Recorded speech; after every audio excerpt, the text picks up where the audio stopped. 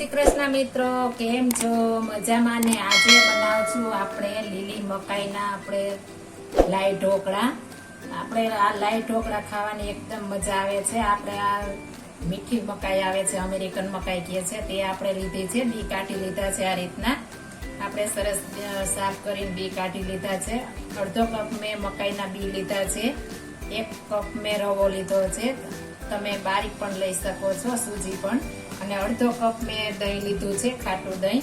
એટલે એકદમ લાઈ ઢોકળા આપણા મસ્ત બનશે. એટલે આપણે આ મકાઈ આ રીતના આવે છે તે લીધી છે. એકદમ સરસ દાણાવાળી ભરાવદાર આવે તે આપણે લેશું. એટલે એકદમ સરસ આપણે બિયા નીકળશે. મેં બી કાઢી લીધા છે. આ રીતના બી એકદમ સરસ ભરાવદાર હોય તે મકાઈ આપણે લેવાની છે. એટલે એકદમ સરસ આપણા ઢોકળા લાઈ ઢોકળા મસ્ત બને. એટલે આપણે આ લઈ લીધી છે મકાઈ. હવે આપણે બેટર બનાવી લેશું. એક બાઉલમાં આપણે રવો નાખી દેશું, દહીં ઉમેરી દેશું. આપણે થોડું ખાટું દહીં લેવાનું છે. આપણે આનો આથો નથી આવવા દેવાનો, એટલે ખાટા ઢોકળા નહીં બને. એટલે આપણે થોડું ખાટું દહીં લેશું અને લીંબુ નાખીશું તો સરસ થશે. ઢોકળા ખાટા હોય તો જ આપણે ખાવાની મજા આવે છે. પહેલા આ બંને મિક્સ કરી લેશું અને આપણે જોશે તેમ પાણી ઉમેરવાનું છે. આપણે થોડું થોડું પાણી નાખતા જઈશું અને આપણે બેટર બનાવતા જઈશું. આપણે થીક રાખવાનું છે. આપણે એટલે વધારે પાણી ઉમેરવાનું નથી. આપણે જોશે તેમ નાખતા જઈશું.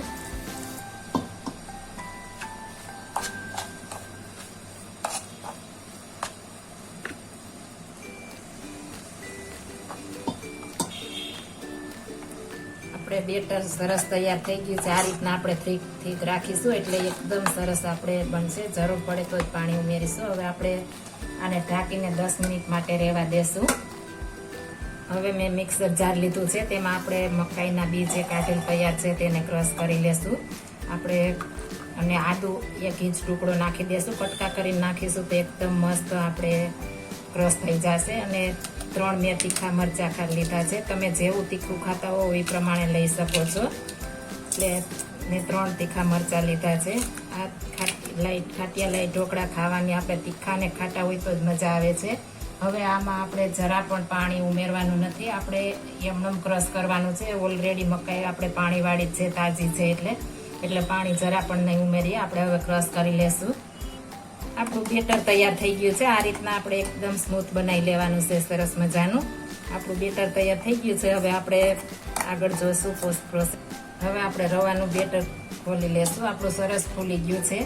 આપણે જે બેટર તૈયાર કર્યું છે તે આમાં નાખી દેશું. આપણે પાણી જરા પણ નથી નાખ્યું એટલે એકદમ મસ્ત બનશે. અને આપણે લાઈ ઢોકળા કરવા છે એટલે પાણી તો ઉમેરવાનું જ નથી આપણે ક્રશ કરવામાં. હવે આ બધું આપણે પેલા મિક્સ કરી લેશું.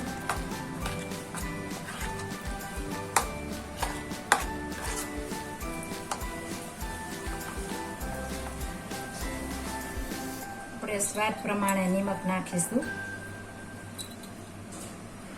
હળદર પાવડર, આપણે મકાઈ આપણે પીળી જ હોય છે પણ હળદર પાવડર નાખવાથી એકદમ સરસ આપણે દેખાવ આવે છે.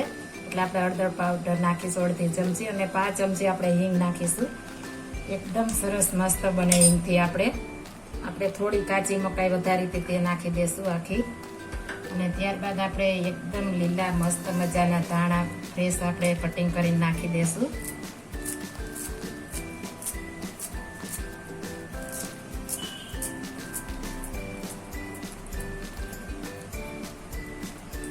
હવે આ બધું આપણે એકદમ સરસ મિક્સ કરી લેવાનું છે.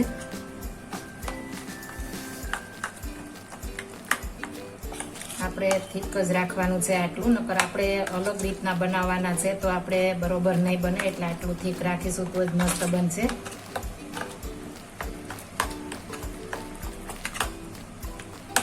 હવે આપણું બેટર તૈયાર થઈ ગયું છે. હવે આપણે પાણી ગરમ મૂકી દેશું પહેલા.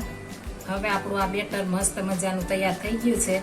હવે આપણે જેટલા બનાવવા હોય એટલામાં જ આગળ આપણે ઈનો નાખીશું. તે એટલામાં જ નાખવાનો છે. આપણે બનાવતા જવાનું છે, નાખતો જવાનો છે, એકી સાથે નથી નાખવાનો. એટલે આપણે આને સાઈડમાં મૂકી દેશું ને બીજા બાઉલમાં આપણે બેટર નાખી દેશું. બે બનાવવાના છે એટલે 2 ચમચા નાખું છું. 2 ચમચા નાખીશું એટલે એકદમ સરસ આપણું માપનું થઈ જશે. હવે તેમાં આપણે 5 ચમચી ઈનો નાખીશું. આપણે સોડા કોઈ પણ વસ્તુ નાખવાની નથી અને ઉપરથી આપણે 1 ચમચી પાણી નાખવાનું છે, વધારે નથી નાખવાનું, નકર આપણે બેટર ઢીલું થઈ જશે.